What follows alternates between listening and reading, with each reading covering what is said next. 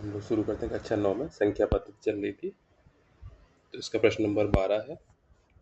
सिद्ध कीजिए कि 2 प्लस अंडर रूट 3 एक परिमेय संख्या है। अब तक आप लोग वीडियो देख कर ये सीख गए होंगे कि जो हमें सिद्ध करना है उसका उल्टा मान लेते हैं। तो क्या मानेंगे? माना 2 प्लस अंडर रूट 3 बराबर परिमेय, ऐसा माना। यानी कि परिमेय है तो इसको हम P बटे Q के रूप में लिख सकते हैं और आगे पूरा वही लिख देंगे कि P और Q जो है पूर्णांक है और Q is not equal to 0 और P और Q सहअभाज्य हैं। अब जब इसको P बटे Q मान लिया, अब हम क्या करेंगे कि 2 जो है ये भी एक पूर्णांक है, 2 को उधर ले जाएंगे, इसलिए अंडर रूट 3 बराबर P बटे Q माइनस 2। अब देखिए P बटे Q क्या थी? परिमेय संख्या थी, यानी कि पूर्णांक बटे पूर्णांक कुछ, माइनस 2 भी एक परिमेय संख्या है, तो ये जब घटा रहे हैं तो घटाने से जो हमारा उत्तर आएगा ये भी एक परिमेय संख्या ही आएगी। लेकिन तो RHS हमारा जो है परिमेय संख्या आ गया, लेकिन जो LHS है इसमें अपरिमेय संख्या है, क्योंकि हम जानते हैं कि अंडर रूट 3 जो है अपरिमेय संख्या है। तो एक ही समीकरण लिखा हुआ, उसमें एक तरफ अपरिमेय एक तरफ परिमेय है, तो यह विरोधाभास है, यह विरोधाभास है। अतः हमारी मान्यता गलत थी। क्या मान्यता गलत थी? कि 2 प्लस रूट 3 एक परिमेय संख्या है। तो जब गलत थी तो सही बात क्या है कि 2 प्लस अंडर रूट 3 एक अपरिमेय संख्या है। बिल्कुल ऐसे ही हम सेकंड वाला 13वां लगा सकते हैं। अंडर रूट 3 माइनस 1 अपरिमेय है, तो मान लेंगे अंडर रूट 3 माइनस 1 ये भी परिमेय है और ये P बटे Q के बराबर है। भाषा वही रहेगी हमारे यहाँ पर। P और Q पूर्णांक हैं, P और Q सहभाज्य हैं और Q is not equal to 0। फिर यहाँ माइनस 1 को उधर ले आएंगे तो हमारा क्या बन जाएगा? अंडर रूट 3 बराबर P बटे Q प्लस 1। अब यहाँ पर हम देखेंगे तो P बटे Q ये तो एक परिमेय संख्या थी, इसमें 1 जोड़ दिया, ये भी एक परिमेय संख्या थी। परिमेय में परिमेय जोड़ा जाता है तो उत्तर कुल मिला करके परिमेय ही रहता है, यानी कि हमारा जो RHS है वो परिमेय, और जो LHS है अंडर रूट 3 वाला जो था ये अपरिमेय। तो एक तरफ अपरिमेय एक तरफ परिमेय, तो ऐसा संभव नहीं है, तो यह विरोधाभास है। तो ये हो गया हमारा विरोधाभास। तो जब विरोधाभास हो गया, इसका मतलब जो हमने धारणा ली थी वो गलत है। इसका मतलब कि अंडर रूट 3 माइनस 1 परिमेय ना हो करके अपरिमेय है। तो ये इस तरह से लग जाएगा। फिर अगला है यहाँ पर प्रश्न नंबर 14। सूत्र a minus B whole square बराबर A square minus 2ab plus B square, इसके प्रयोग से mod of A minus mod of B का होल स्क्वायर का प्रसार कीजिए। तो यहाँ पर देखेंगे mod of A minus mod of B whole square, जब इसका प्रसार करेंगे तो mod of A square plus mod of B square minus 2 mod of A mod of B.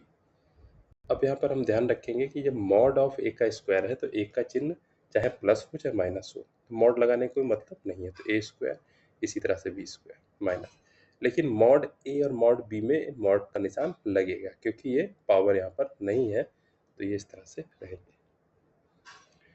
तो ये तो इसका मान हो गया। अब हमको दिखाना है कि प्रत्येक दो परिमेय संख्याओं a और b के लिए 2 mod of a mod of b less than equals to a square plus b square. अब हम देखेंगे यहाँ पर कि ये होल स्क्वायर है और किसी भी चीज़ का होल स्क्वायर जो है वो ग्रेटर देन इक्वल टू 0 आता है। तो यहाँ पर हम देखेंगे तो mod of a minus mod of b का whole square greater than equals to 0। 0 भी हो सकता है, 0 से बड़ा भी हो सकता है। इसका पूरे का मान रख दें तो A square plus B square minus 2 mod A mod B greater than equals to 0, तो इधर चला जाएगा। तो A square plus B square greater than equals to 2 mod A mod B. अब देखिए यही कह रहा है यहाँ पर कि A square plus B square बड़ा है यही यहाँ पर सिद्ध करना था। तो A square plus B square greater than equals to 2 mod A mod B. अब यहाँ पर कह रहा है कि समता चिन्ह कब आएगा? समता मतलब बराबर का चिन्ह। तो बराबर तब आएगा जब mod of A minus mod of B का होल स्क्वायर इक्वल्स टू 0 हो जाए। बराबर तब आएगा, यानी कि मॉड ऑफ ए स्क्वायर यानी ए स्क्वायर इसका मान रख दें plus B square minus 2 mod A mod b equals to 0। या इसको हम एक्सपेंड ना करें, यहाँ पर खोल लेना इसको, सीधे सीधे होल स्क्वायर 0 है, तो यहाँ पर क्या होगा, दोनों तरफ वर्गमूल ले लें, तो यानी कि mod of A minus mod of b equals to 0, यानी कि mod of a equals to mod of b, या ए बराबर प्लस माइनस बी। तो समता का चिन्ह तब होगा जब ए का मान प्लस माइनस बी के बराबर हो। सिद्ध कीजिए कि under root 5 minus under root 3 एक परिमेय संख्या है।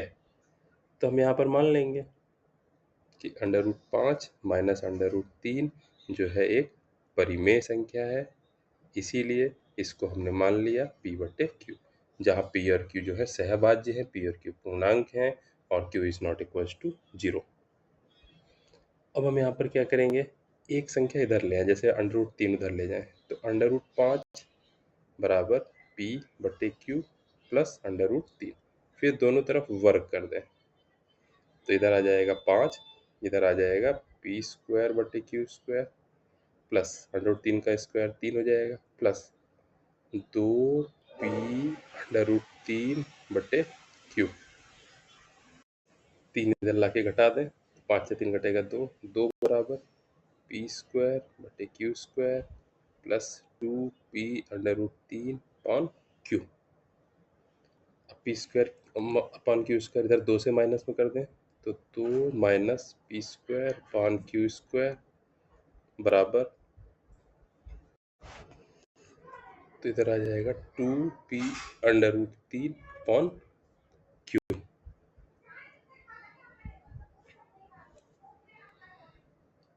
और हम क्या करें,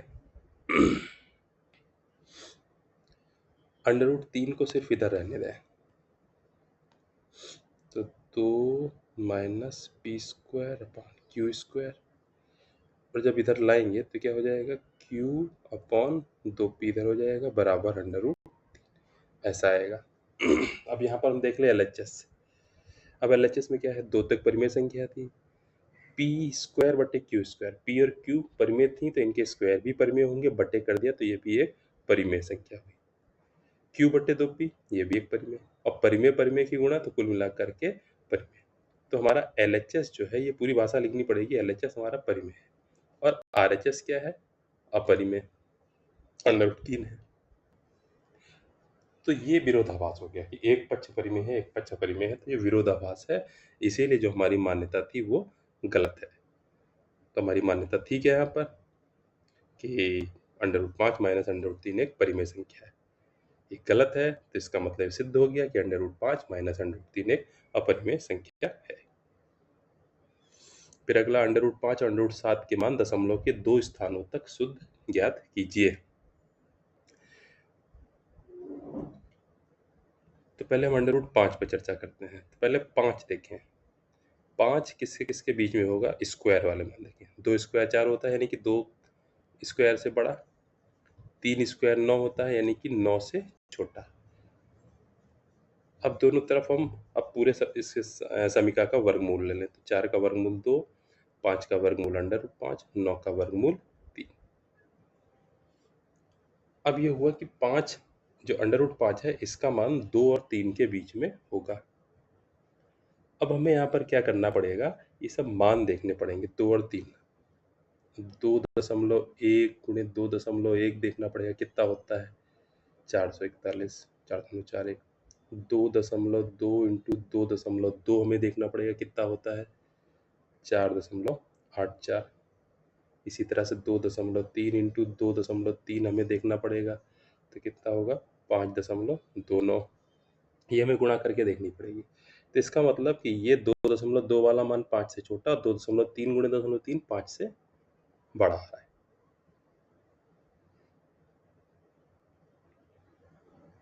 तो यही मान यहाँ पर क्या, यानी कि इनका वर्गमूल यानी कि 2.2 के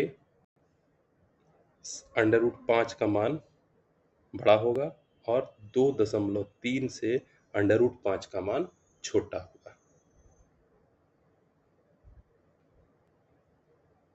ये चीज हमने देखी यहाँ पे कि 2.2 और 2.3 के बीच का मान आ गया। 5 के लिए हम बात कर रहे हैं। अब हम आगे देखें, दशमलव का अगला निकालना है तो 2.2 2.3 के बीच की गिनती क्या होंगी? 2.21 2.22 2.23 इस तरह से बढ़ती चली जाएंगी। 2.24 इसमें हम गुणा करके देखेंगे तो 2.23 2.23 की गुणा करेंगे तो हमारा 4.97 आएगा लगभग, और 2.4 इंटू 2.24 की गुणा करेंगे तो हमारा आएगा 5.017। तो इसका मतलब क्या हुआ कि अगर हम एक और अंक बढ़ाएं तो 2.23 से बड़ा और 2.24 से छोटा होगा अंडर रूट 5 का मान।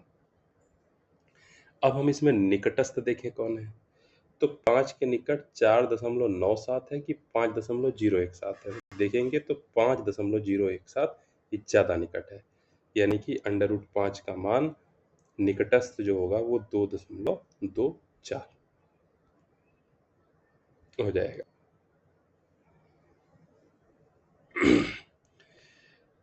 ठीक है, बाकी प्रश्न हम लोग अगले वीडियो में करते हैं।